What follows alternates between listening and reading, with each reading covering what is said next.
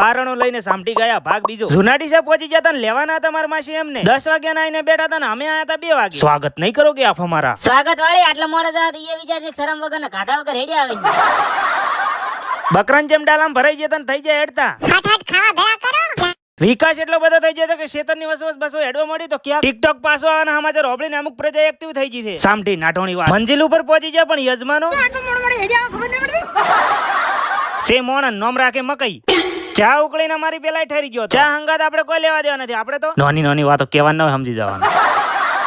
શીરો હમણાંથી ખાઈ પીને ચીડે પડ્યો.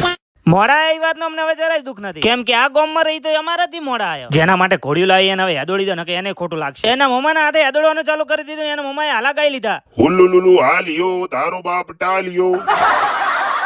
માર ભાઈએ હાલા ગાઈ લીધા પણ તમારે નથી સાંભળવા.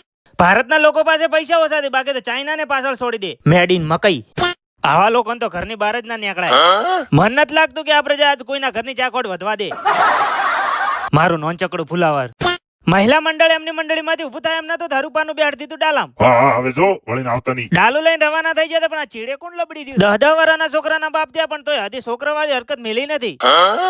અમઢી ગામમાંથી પસાર થયા જોવા મળ્યું અનોખું દ્રશ્ય. જીગા જો જોવો ને તો તમારા પૂર્વજ જ દેખાય છે આજ તો. રસાણા પહોંચી જાય કરી લો વડલાવાળા ગોગાના દર્શન. આગળ ગયા તો ફાટક બંધ. ફાટક બંધ હોય ને હોમે ઉભો હોય મો. આ એક અને આ બીજી. ફાટક મારા કિસ્મતમાં લખાણ શીખર. ફાટકના કિસ્મતમાં હું લખાણો છું.